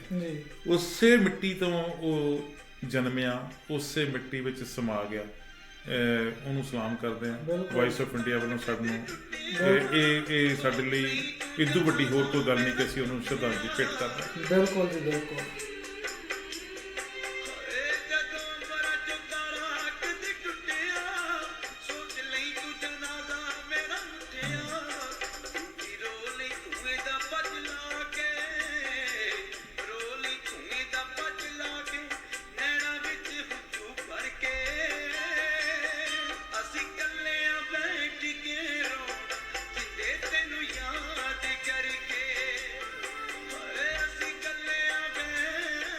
ਸਾਡੇ ਵੱਲੋਂ ਇਹ ਭਰਪੂਰ ਸ਼ਰਧਾਂਜਲੀ ਸੀ ਜਨਾਬ ਸਰਦੂਲ ਸਿਕੰਦਰ ਜੀ ਨੂੰ, ਤੇ ਅਸੀਂ ਸਾਡੇ ਵੱਲੋਂ, ਸਾਰੀ ਟੀਮ ਵੱਲੋਂ, ਸਾਡੇ ਵੌਇਸ ਆਫ ਇੰਡੀਆ ਮੀਡੀਆ ਵੱਲੋਂ ਅਸੀਂ ਦੁਆ ਕਰਦੇ ਹਾਂ ਕਿ ਪਰਿਵਾਰ ਨੂੰ ਭਾਣਾ ਮੰਨਣ ਦਾ ਬਲ ਬਖਸ਼ੇ ਮਹਾਰਾਜ, ਤੇ ਆਪਣੇ ਕਦਮਾਂ ਦੇ ਵਿੱਚ ਉਹਨਾਂ ਨੂੰ ਜਗ੍ਹਾ ਦੇਵੇ। ਇਹੀ ਸਾਡੀ ਸਾਰਿਆਂ ਦੀ ਦੁਆ, ਤੇ ਅਸੀਂ ਆਖਰੀ ਲਾਈਨਾਂ ਵੀ ਉਹਨਾਂ ਦੀਆਂ ਸੁਣ ਕੇ ਤੁਹਾਡੇ ਤੋਂ ਖਿਮਾ ਚਾਹਾਂਗੇ।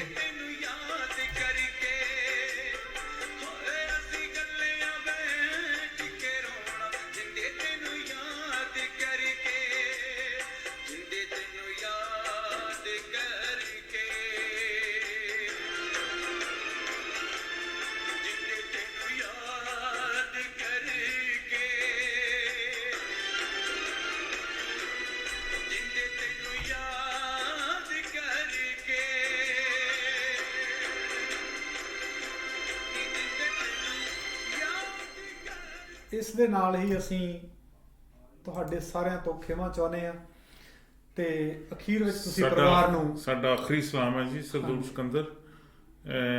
ਤੁਸੀਂ ਸੱਚੀ ਮੁੱਚੀ ਸਿਕੰਦਰ ਹੋ, ਸੱਚੀ ਮੁੱਚੀ ਸਿਕੰਦਰ ਬਣ ਕੇ ਜੀਓ ਜੀ ਤੇ ਸਿਕੰਦਰ ਬਣ ਕੇ ਲੋਕਾਂ ਦੇ ਮਨਾਂ ਤੇ ਰਾਜ ਕਰੋਗੇ, ਜਿਵੇਂ ਸਿਕੰਦਰ ਨੇ ਚਾਹਿਆ ਸੀ ਕਿ ਮੈਂ ਰਾਜ ਕਰਨਾ। ਜਿਵੇਂ ਪਿੰਡਰ ਨੇ ਪਹਿਲਾਂ ਗੱਲ ਸ਼ੁਰੂ ਕਰਦਿਆਂ ਕਿਹਾ ਸੀ ਕਿ ਇੱਕ ਸਿਕੰਦਰ ਜਿਹਨੇ ਤਲਵਾਰ ਦੇ ਜ਼ੋਰ ਤੇ ਲੋਕਾਂ ਤੇ ਰਾਜ ਕਰਨ ਦੀ ਕੋਸ਼ਿਸ਼ ਕੀਤੀ, ਇੱਕ ਦੂਜਾ ਇਹ ਸਾਡਾ ਸਿਕੰਦਰ ਜਿਹਨੇ ਆਪਣੀ ਆਵਾਜ਼ ਦੇ ਜ਼ੋਰ ਤੇ ਪੰਜਾਬੀਆਂ ਦੇ ਤੇ ਹੋਰਨਾਂ ਲੋਕਾਂ ਦੇ ਹੋਰਨਾਂ ਭਾਸ਼ਾਵਾਂ ਤੇ ਚਾਹੁਣ ਵਾਲਿਆਂ ਤੇ ਦਿਲਾਂ ਤੇ ਰਾਜ ਕੀਤਾ। ਤੈਨੂੰ ਆਖਰੀ ਸਲਾਮ। ਬਹੁਤ ਬਹੁਤ ਧੰਨਵਾਦ ਤੁਹਾਡਾ।